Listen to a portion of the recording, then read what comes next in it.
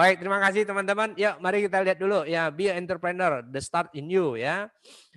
Kita lihat dulu, ketika kita melihat orang sukses, seolah-olah mereka itu bisa berjalan di atas air, betul nggak teman-teman? Betul ya teman-teman ya. Kadang-kadang kita lihat, wih gila men Alphard mobilnya. Kita justru menyalahkan, oh nasib Pak kurang bagus, bakat Pak aku nggak bisa Pak, garis tangan Pak. Ini kita lupakan teman-teman. Teman-teman kalau kita menggantungkan kesuksesan kita sama nasib itu tentunya tidak bijak. Ya. Why? Karena nasibmu tergantung pada usahamu. Kecuali takdir ya. Takdir nggak bisa diubah. You must control your life ya. Do your best and let God do the rest. Oke, teman-teman mari kita lihat dulu. Kenapa kita perlu ketemu berbicara sedikit mengenai sukses. Dan kenapa kita mesti mengintip sedikit bagaimana menumbuhkan sedikit niat kita untuk jadi profesional atau mungkin jadi entrepreneur. Teman-teman ya sekarang banyak orang yang korban PHK ya. Kemudian ekonomi lagi resesi. Anda lihat ya, sekarang ya banyak orang yang stres loh ini. Kemudian krisis global ya semua pandemik. Kemudian nah ini lihat ya resesi ekonomi dialami oleh Indonesia. Turun bahkan sekarang juga walaupun sudah naik tapi masih kondisi negatif teman-teman ya. Oke, kemudian Anda lihat ya, a million people can do your job. Means that kalau Anda berhenti sekalipun, masih banyak orang bisa menggantikan tempat kita. Ya, nah ini. So, perusahaan juga banyak cut, efisien, kemudian banyak nggak mau nambah karyawan segala macam. So, ketika Anda selalu mengandalkan kalau nanti saya harus jadi karyawan, hati-hati. Ya, kenapa kita tidak mulai berpikiran, yuk kita buka jalur karir kita sendiri. Kenapa? Ya, karena kalau Anda masih pakai jalur yang lama kayak Pak Liheng ya, Anda harus prepare dari sekarang. Anda harus lebih energi, Anda harus lebih kreatif teman-teman. This is the time for you ketika teknologi semua sudah ada, Anda butuh apapun saat ini, Anda butuh ilmu apapun saat ini, Anda sudah punya alatnya. Anda sudah punya tools-nya. Ya, ketika Anda udah punya tools-nya, Anda tinggal manfaatkan aja. Kita harus bersyukur hidup di era 21 karena apapun yang kita butuh sudah ada. Everything you need ready. Ya, ya. Nah, it's depend on you, ya, it's depend on you. Oke. Yuk kita lihat lagi, teman-teman. Kenapa kita mesti berpikiran begitu? Karena apa? Kalau Anda sama dengan yang lain, apa benefitnya lu sama aku gitu loh. Dan kalau Anda tidak ada nilai tambah, nggak ada benefit buat aku, kenapa aku harus percaya sama kamu? Kenapa aku harus beli produknya kamu? Kenapa aku mesti mempekerjakan kamu di perusahaan saya? So you have punya sesuatu, Anda harus punya sesuatu yang membedakan Anda dari yang lain. Pak saya lebih kreatif Pak, Pak saya lebih optimis Pak saya semangat Pak jaringan saya lebih banyak Pak saya punya banyak teman Pak, saya punya ini Pak, saya semangat belajarnya tinggi Pak. You have something different from others. Kalau enggak, lu enggak akan dilirik gitu teman-teman. Oke kita lihat lagi. Sekarang kita lihat ada bahasa Mandarin namanya Weice ya. Bahwa di dalam ini saya nggak ngerti persis, tetapi yang namanya dua huruf ini kalau dipaduin, ini namanya krisis. Di dalam krisis ini yang namanya bahaya. Kalau dua ini namanya krisis. Kalau ini sendiri kita lihat, ini adalah danger, bahaya. Sementara di sini ada opportunity. Means that di dalam bahaya selalu atau di dalam krisis, di dalam sesuatu yang merugikan pasti ada opportunity, pasti ada peluang, Nah, kita ini berfokus pada krisisnya atau Anda berfokus pada peluangnya? It's depend on you. Kalau saya ambil peluangnya. Kalau saya, mudah-mudahan teman-teman juga sama. Gitu. Oke, yuk kita lihat lagi ya. Oke. Nah, yuk. So, ide baru kita apa?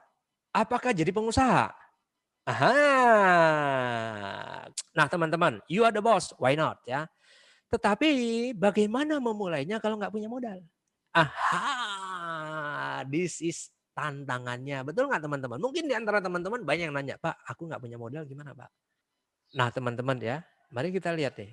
Katakanlah dia punya saldo awal dari kecil mamanya nabungkan 3 juta, ya 3 juta, ya, kita lihat.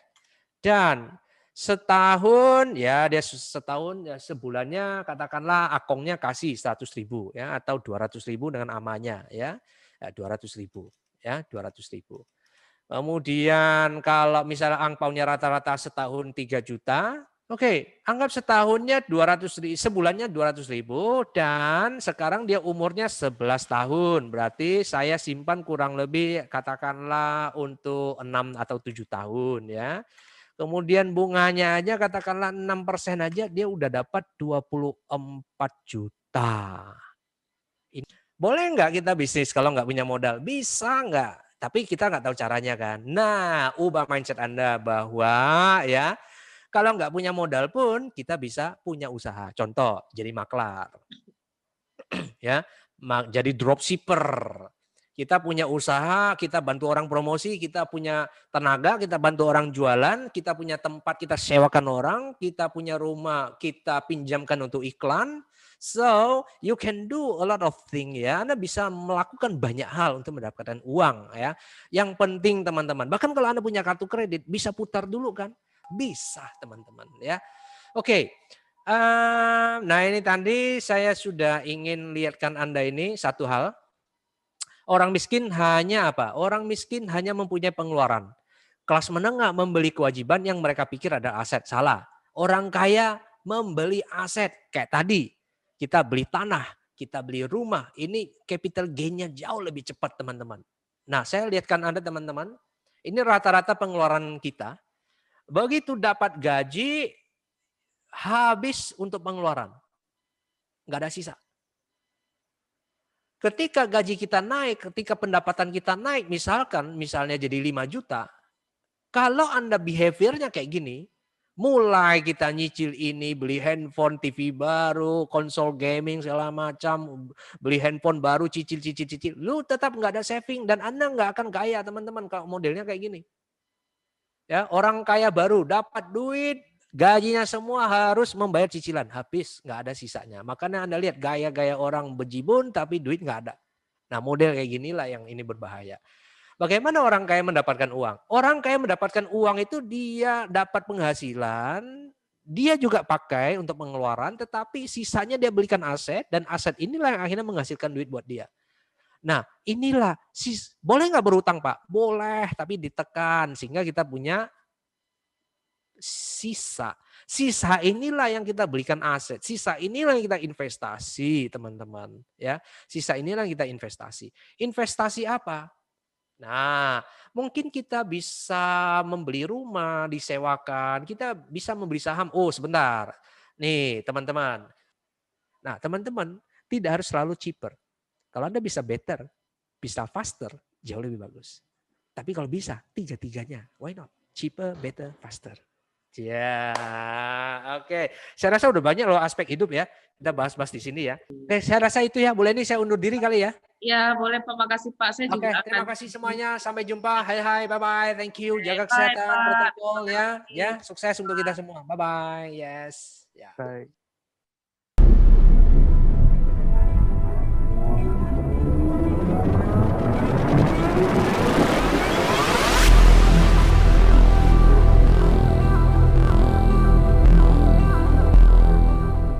Selamat sore teman-teman semua, kenalin aku Yolanda. Jadi aku lulus dari SMA Santo Paulus tahun 2013. Aku S1-nya di Surya University di Tangerang, terus S2-nya aku di Poznan University of Life Sciences di Polandia. Jurusanku teknologi pangan. Selain belajar, aku biasanya juga bikin konten tentang study abroad di TikTok atau di Instagram atau di YouTube. Jadi hari ini aku mau cerita gimana caranya aku mewujudkan mimpi-mimpiku dari SMA. Oke, jadi hari ini aku mau ngomongin ini. Yang pertama pengalaman S1. Sebenarnya yang mau aku share itu bukan blueprint ya, kayak bukan cetakan gitu loh. Semua orang punya mimpi masing-masing. Jadi aku hari ini cuma share, semoga memotivasi gitu. Mungkin teman-teman pernah lihat di internet ada quotes, jadi kayak ada kutipan gitu kan. Aku selalu bertanya-tanya, mengapa burung hanya diam di satu tempat, padahal mereka bisa terbang kemana saja di bumi. Lalu aku bertanya pada diriku sendiri dengan pertanyaan yang sama. Jadi pas SMA tuh kan tahun 2013, 2012 itu lagi boomingnya Tumblr ya. Jadi aku ngeliat satu quotes ini, terus aku save, aku jadiin wallpaper gitu kan di laptop. Terus aku juga merasa, oh iya ya, masa aku di Pontianak terus gitu kan. Sementara dunia itu kan luas, jadi aku pengen kuliah di luar. Nah, lulus SMA, mimpiku tuh aku pengen kuliah teknologi pangan di Pulau Jawa. Kenapa teknologi pangan? Waktu itu tuh mata pelajaran kimia terapan. Terus aku juga pengen beradaptasi di kota baru, ketemu teman-teman dari seluruh Indonesia, dan ketemu banyak kesempatan baru. Terus habis SMA aku ngapain? Aku jujur aku hampir nggak lanjut kuliah karena masalah finansial keluarga. Jadi kapal di pelabuhan itu aman, tapi bukan itu gunanya kapal. Jadi kayak diri kita sendiri. Kita di zona aman kita itu nyaman, tapi buat apa kita cuma di zona nyaman, kita nggak bakal berkembang jadi manusia gitu. Aku banyak coba hal. Jadi kayak aku volunteer, aku ikut ekstrakurikuler kayak taekwondo. Mungkin kelihatannya kayak wow, kakak ini udah pergi ke Bali, ke Thailand gitu. Nah, ini di S1 aku belajar bahwa orang di sekeliling kita itu mempengaruhi kita yang sekarang lanjut kuliah dan pastinya pakai beasiswa karena aku nggak mampu secara finansial. Nah, aku lalu berburu beasiswa ke luar negeri. Itu mulai dari tahun 2017 Januari sampai Agustus 2018. Aku lulus S1 itu Oktober 2017. Jadi aku mulai cari beasiswa itu dari semester terakhir di S1. Jadi durasinya 1 tahun 8 bulan.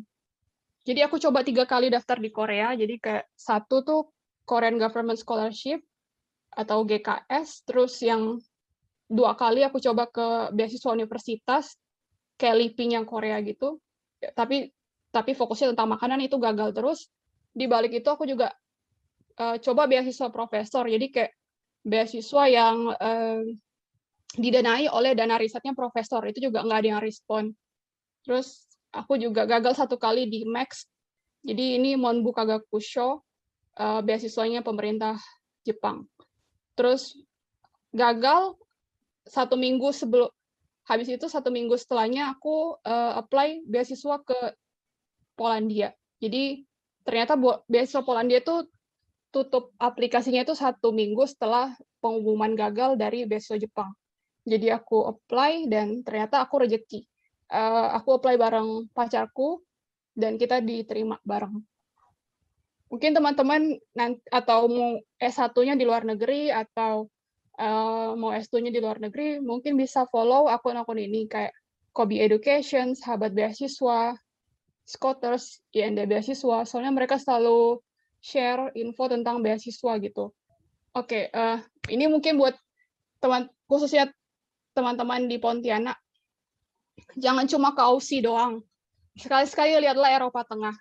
Soalnya biaya kuliahnya gratis, biaya hidupnya mirip kayak di Jakarta atau Bali, khususnya di negara yang masuk ke Uni Eropa ya. Dia kayak banyak kesempatan pertukaran pelajar. Jadi namanya pertukaran pelajarnya itu namanya Erasmus.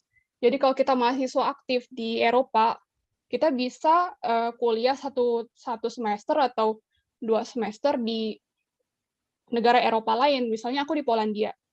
Aku bisa kuliah di Jerman atau di Spanyol pakai beasiswa Erasmus. Dan buat dapat pertukaran pelajar ini gampang banget. Saingannya nggak gitu gede kayak kalau kita apply beasiswa ini pas kita di Indonesia. Karena kita tahu sendiri populasi orang Indonesia kan banyak banget ya. Jadi saingannya juga banyak. Nah, ini foto-foto kuliah S2. Jadi aku dapat beasiswa Stefan Bana Scholarship yang hari ini tutup. Ini khusus buat S2 di bidang sains dan teknologi. Enaknya kuliah di Eropa itu, kita ada summer break tuh 3 bulan.